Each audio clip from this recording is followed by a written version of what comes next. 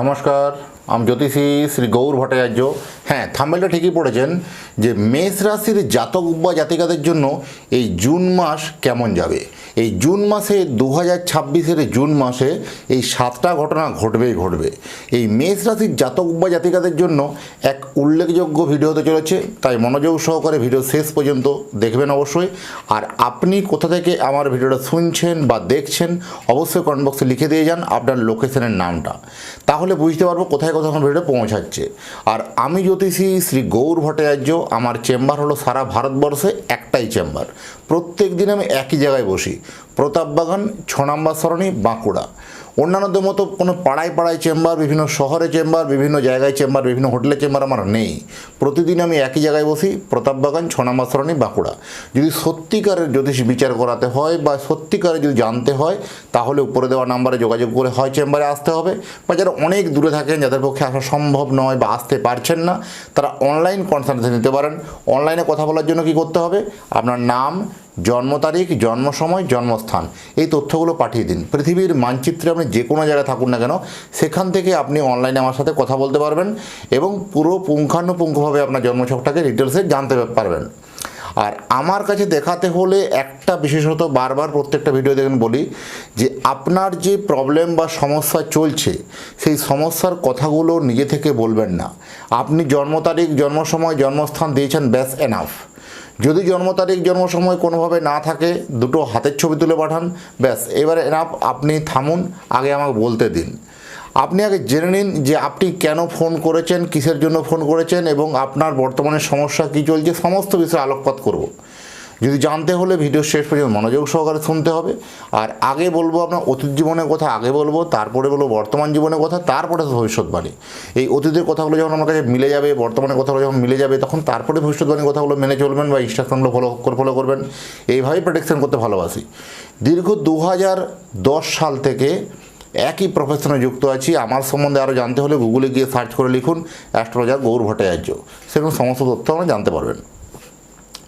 মেষ রাশির এক অনবদ্য ঘটনা ঘটবে, কারণ মেষ রাশি সাপেক্ষে ধরুন 1 জুন আমরা জানি যে 1 জুন 2026-এ বৃহস্পতি মিথুন থেকে কর্কট রাশিতে আসছে। এই যে রাশির পরিবর্তন বৃহস্পতি, তো আপনার জীবনেও কিন্তু একটা ইম্প্যাক্ট ফেলবে। কি কি ঘটনা, সমস্ত বিষয়ে আলোচনা করব। শরীর স্বাস্থ্য, হেলথ মোটের উপর ভালো বলবো। চোখ এবং দাঁত নিয়ে একটু সমস্যা, কমপ্লিকেশন আসতে পারে। বাকি ওভারঅল যথেষ্ট ভালো বলবো। চোখের সমস্যা, দাঁতের সমস্যা একটু বাড়তে পারে। অর্থনৈতিক জায়গাতে কিন্তু একটা ভালো আমূল পরিবর্তন পাবেন। অনেক দিনের কোনো আটকে থাকা টাকা, অনেক দিনের কোনো জমানো টাকা বা অনেক দিনে হারিয়ে যাওয়া টাকা, বা আপনি ভেবেছিলেন যে টাকাটা মনে হয় আর রিকভারি হবে না, পাওয়া যাবে না, এরকম একটা আনএক্সপেক্টেডভাবে কিন্তু একটা গেন হতে পারেন। এরকম ধরনের একটা কিন্তু যোগ কিন্তু আছে। অর্থনৈতিক জায়গায় যথেষ্ট মোটের উপর ভালো যাবে। এতদিন থেকে যে আর্থিক অনটন যেগুলো চলছিল, সেখান থেকে অনেকটা ভাবে আর ইমপ্রুভমেন্টের দিকে যাবে। কর্মসংস্থান নতুন তৈরি হবে। নতুন কর্মের জায়গাতে আপনার জন্য কিন্তু একটা ভালো সময়। কর্ম জায়গাতে যারা বিশেষ করে টেম্পোরারি চাকরি বা বিভিন্ন রকম কোনো কন্ট্রাকচুয়াল চাকরি করছিলেন, কোথাও দেখুন চাকরিতে একটা পার্মানেন্ট বা কোথাও একটা নিশ্চয়তার একটা জায়গা কোথাও লক্ষ্য করতে পারেন। এরকম ধরনের একটা সিচুয়েশান মেবি হতে পারে। এবং সরকারি চাকরির ক্ষেত্রে এবং সরকারি চাকরির ক্ষেত্রে একটা মেন্টালি প্রেশার, মানসিক চাপ এই সময় একটু বাড়বে, তবে এটা আপনার জন্য কিন্তু ভালো হচ্ছে। বেসরকারিতে নতুন কোনো সুযোগ বা কোনো পদোন্নতি হতে পারে, পোস্ট পরিবর্তন হতে পারে, বা কোনো স্থান পরিবর্তন হতে পারে। এরকম ঘটনাও কিন্তু ঘটতে পারে এই মাসে। বিশেষ করে জুন মাসের শনিবার এবং মঙ্গলবারগুলো একটুকু সাবধানতা, যারা বিশেষ করে বাইক রেস বা যারা একটু বেশি যানবাহন বেশি চালান, তাদেরকে বলে একটু সাবধানতা অবলম্বন করা উচিত। বিশেষ শনিবার এবং মঙ্গলবারগুলো, এইগুলোকে একটু ছোটোখাটো বিপদ বা ছোটোখাটো ফাঁড়া যাতে না হয়, তাই এগুলো একটু সাবধানতা অবলম্বন করা অবশ্যই দরকার আছে। আর বিশেষ করে দেখুন, ওই যারা যানবাহনের ক্ষেত্রে বিভিন্ন জায়গায় একটু ভ্রমণ করেন, যারা ভ্রমণ পিপাসু মানুষ, এইবারে কি হয়, আপনার এই যানবাহনের পেপার সংক্রান্ত ব্যাপারগুলো একটু সিরিয়াস থাকুন। কোথাও কোনো এই পেপার সংক্রান্ত সমস্যা নিয়ে একটা কোনো কমপ্লিকেশন আসতে পারে বা ঝুট ঝামেলা জড়াতে পারেন, সেগুলো সচেতন থাকা অত্যন্ত জরুরি আছে। বিবাহ যাদের অনেক দিন থেকে আটকে ছিল, বিয়ের জায়গাগুলো সাকসেসফুল হচ্ছিল না কোনো ছোটোখাটো বিষয় নিয়ে বিয়েটা ক্যান্সেল হয়ে যাচ্ছিলো, এবার কিন্তু বলবো বিয়ের জায়গাটা যথেষ্ট ভালো বলবো। বিয়ে যথেষ্ট আপনার ঠিকঠাকভাবে একটা সম্বন্ধ আসবে, আপনার মনোমতো সম্বন্ধ আসবে, যথেষ্ট ভালো হবে। কিন্তু ভালো হওয়ার পিছনেও একটা কথা বলে যায় যে বিবাহ করার আগে একটা কিন্তু আপনার জটক বিচার বা কুষ্টি মিলিয়ে কিন্তু বিয়ে করলে আপনার জন্য শ্রেষ্ঠ হবে। কারণ যদি চান সুখী বিবাহিত জীবন করুন তবে জটক মিলন। কারণ এটা হচ্ছে জটক মিলন করে যদি আপনি বিয়ে করেন সেই বিয়েটা ম্যারেজ লাইফটা যথেষ্ট আপনার জন্য শ্রেষ্ঠ হবে, যথেষ্ট ভালো হবে। প্রেম ভালোবাসার ক্ষেত্রে যথেষ্ট বলবো আগের থেকে অনেকটা ভালো। কারণ প্রেমের থেকে অনেক দিন থেকে অবহেলিত হচ্ছিলেন, অনেক দিন থেকে ঠকছিলেন, বিভিন্নভাবে প্রতারিত হচ্ছিলেন, সেই প্রেম থেকে কিন্তু অনেকটা কিন্তু ভালো খবর শোনাতে পারবো। এবার দুজনের মধ্যে একটা ম্যাচুরিটি কথাবার্তা বা দুজনের মধ্যে কথাবার্তাটাকে আরও আগিয়ে নিয়ে যাওয়া, এরকম ধরনের একটা প্রবণতা কিন্তু আসবে এবং দুজনের মধ্যে একটা সম্মতি ফিল কিন্তু লক্ষ্য করতে পারবেন। দাম্পত্য জীবনে মোটের উপর যথেষ্ট ভালো বলবো। দাম্পত্য জীবনে এতদিন থেকে ঝামেলা ঝঞ্ঝাটগুলো যেগুলো চলছিল সেটা কিন্তু মিটে যাবে, সুখ শান্তির জায়গাটা আসবে। এখানে কিন্তু একটা জিনিস আপনাকে সতর্কতা অবলম্বন করতে হবে, এই তৃতীয় ব্যক্তিকে ঘিরে কোনো দাম্পত্য জীবনে কোনো সন্দেহর বশবর্তী হয়ে ঝামেলা তৈরি হওয়া, এগুলো থেকে আপনাকে একটু বিরত থাকতে হবে।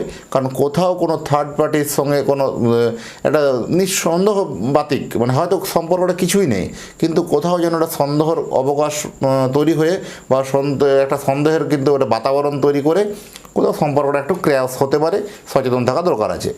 যারা বিশেষ করে বিদেশে গিয়ে চাকরি করছেন, দেশ থেকে দেশান্তরে অনেক দূরে গিয়ে যারা চাকরি করছেন রুটি রুজির টানে, তাদের কোথাও দেখবেন এই সময় একটা কর্মে অনিশ্চয়তার দেখা যেতে পারে বা কোথাও একটা অনিশ্চয়তার মেঘ, কোথাও একটা হঠাৎ করে কর্মক্ষেত্রে জায়গাতে আপনি এত চেষ্টা করছেন তাও এখানে নামযশ পাচ্ছেন না, এখানে উন্নতি পাচ্ছেন না, বা আপনাকে কর্ম একটা পরিবর্তন করতে হতে পারে, বা অনেক দিন বা নেক্সট 2 মাস পর বা নেক্সট 4 মাস পরে আপনি জবলেস হয়ে পড়তে পারেন।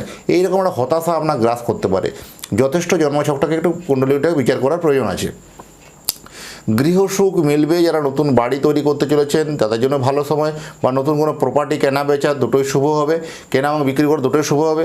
ব্যবসা তাদের জন্য অত্যন্ত মুখের হাসি চড়া হবে। কারণ ব্যবসাতে এতদিন থেকে ব্যবসাটা ঝিমিয়ে গেছিলো, হঠাৎ করে সেই ব্যবসা আবার পুনরুজ্জীবিত হতে পারে, যথেষ্ট আরও ব্যবসাটা ভালো হতে পারে।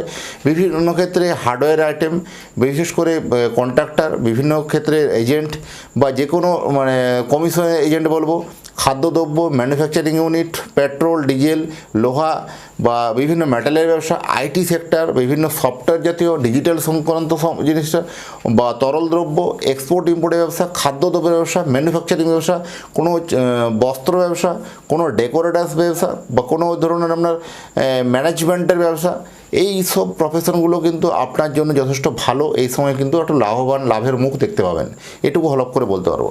আর আপনি যদি চাইছেন যে আপনার সন্তানের জন্য একটা জন্ম কুণ্ডলী বানাতে, তাহলে আপনার সন্তানের নাম, জন্ম তারিখ, জন্ম সময়, জন্মস্থানে তথ্যগুলো পাঠিয়ে দিন। পৃথিবীর মানচিত্রে যেখানে থাকুন না কেন কুষ্টি বানিয়ে কুষ্টি তৈরি করে ডিটেলস আপনার অ্যাড্রেসে পৌঁছে দিয়ে আসবো। নমস্কার।